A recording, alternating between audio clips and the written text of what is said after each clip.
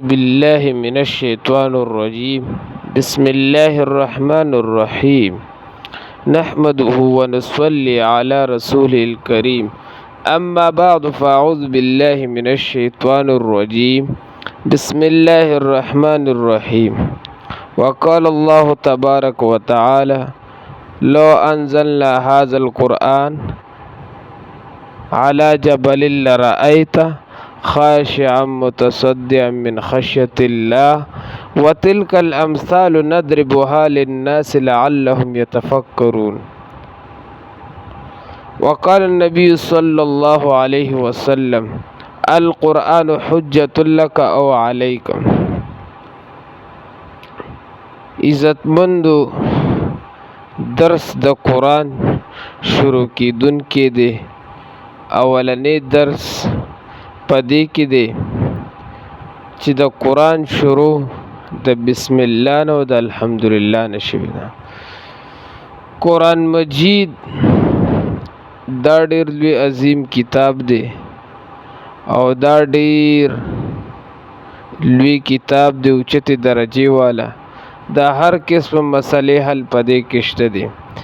یو انسان غواړي چې زما د پلانکي کار وشي، یا زما بدن ته څه نقصان ورسېدلو، یا په دنیا کې زما څه مشکلات راغله، د قرآن مجید تلاوت ته شروع کی، د به هر قسم مسله حل شي. قرآن ته دې رجوع کی، قرآن تعلیمات ته په ځان کې راولي، نو الله رب العزت پر د ټول مسائل حل کی. دوستانو دا قرآن ګوره پدې کې دوه قول دي. یو قول دار چې دا د قرانه نه دی، او بل قول دار چې دا د قراءه نه دی.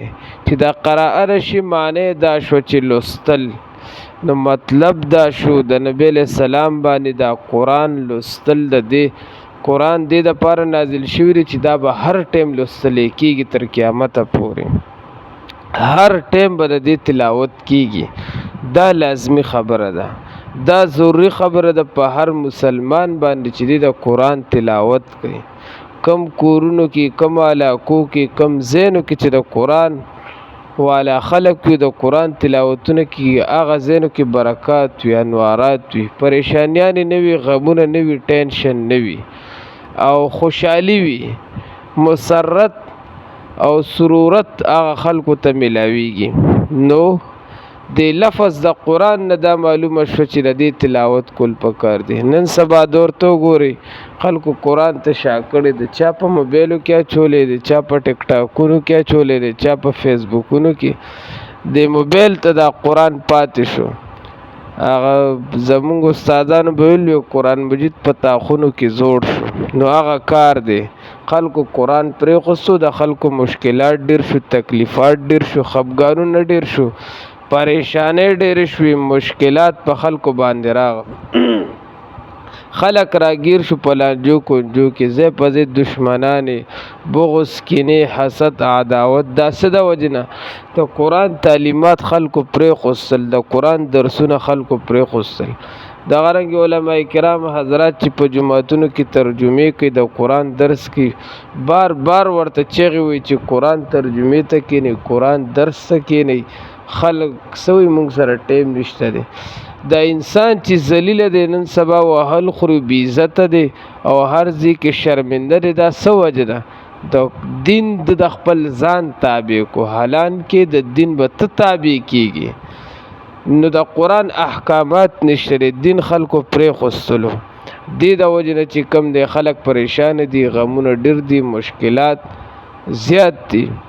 که یو سړی بیمار شي، بیماری راشي، فوراً چې کوم دی ډاکټر له لاړ شو، پلانکي له لاړ شه. علاج سنت دی، دا نه یم چې تاسو علاج مه کوئ، لکه एकदम رواني. صحابو داسې نه دي کړي. ولې؟ اصل کې اعتقاد او د هغې ایمان په قرآن باندې و. هغه پخوا په دور کې یو حکیم راغو نبی علیه السلام له چې زه به دلته دکان وغیره یا څه کلینیک کولو کم، او زه به د صحابه بیماریږي، زه به د دې علاج کوم. نبی علیہ السلام ورته ویل خوښه دې خپله ده، که سبا څه مزدوري دې نه کېدله او کار دې نه کېدلو، بیا به ما ته ګیله نه کې، واچوه بالکل دکان. نو هغه ډیر وخت تیر کو. روایتو کې راځي چې څلوېښت ورځې تیرې کړي، بعض وایي چې 4 میاشتې تیرې کړي، بعض وایي 6 میاشتې تیرې کړي.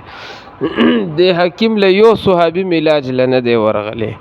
نو هغه بیا راغو فشکا رسول الله صلی الله علیه وسلم، نبی علیہ السلام ته شکایت وکړو چې ما خو 6 میاشتې بکولې، یو دا دی چې 6 میاشتې ما تیرې کې او یو صحابي ما لرانغو، دا څه وجه ده؟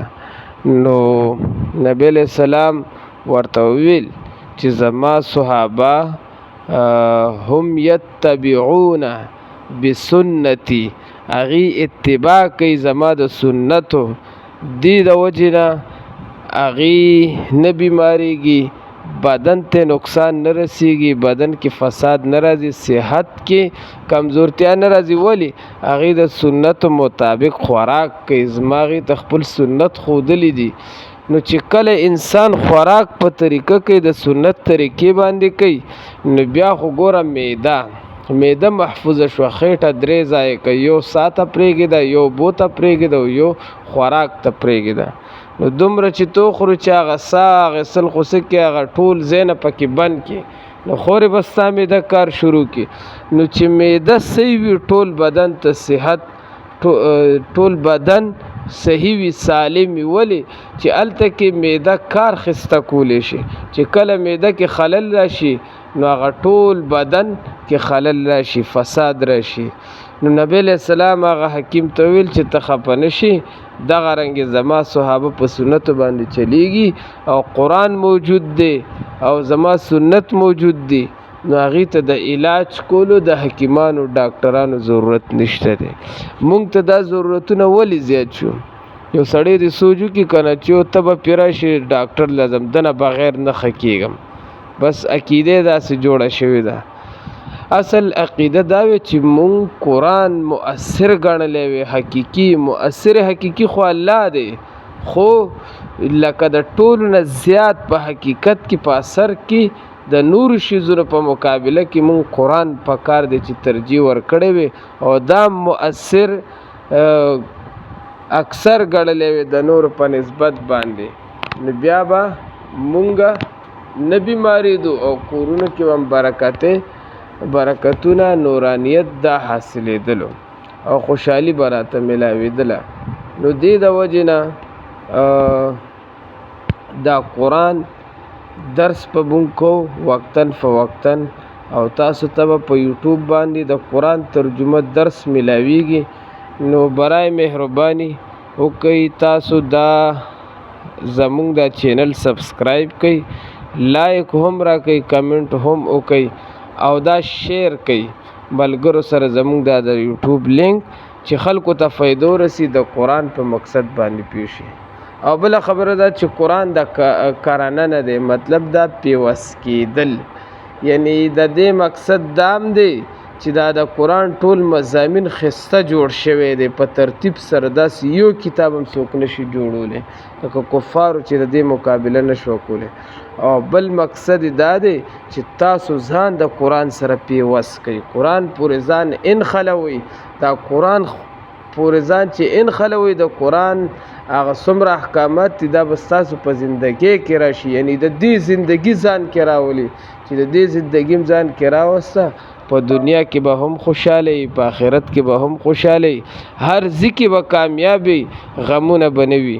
نو دغه رنګې مونږ به د قرآن درس تاسو ته په یوټیوب چینل باندې درکو، دې دپاره چې خلکو ته فایده ورسي، تاسو ته هم فایده ورسي، د قرآن نه خبر شي چې قرآن کې څه دي او قرآن مونږ نه څه غواړي، او حقیقي زندگی چې تیرې د آخرت د پاره د نجات ذریعه هغه هم قرآن دی. په دنیا کې درته د آخرت کې چې ته کامیابی غواړي او ته اوچتو مرتبو ته رسي، د اولاد تربیت صحیح کول غواړي، د ځان اصلاح کول غواړي، د امت اصلاح کول غواړي، خلکو ته خیر رسي، نو هغه حقیقت کې قرآن دی، د قرآن زندگی اپناول لی. جزاکم الله خیرا.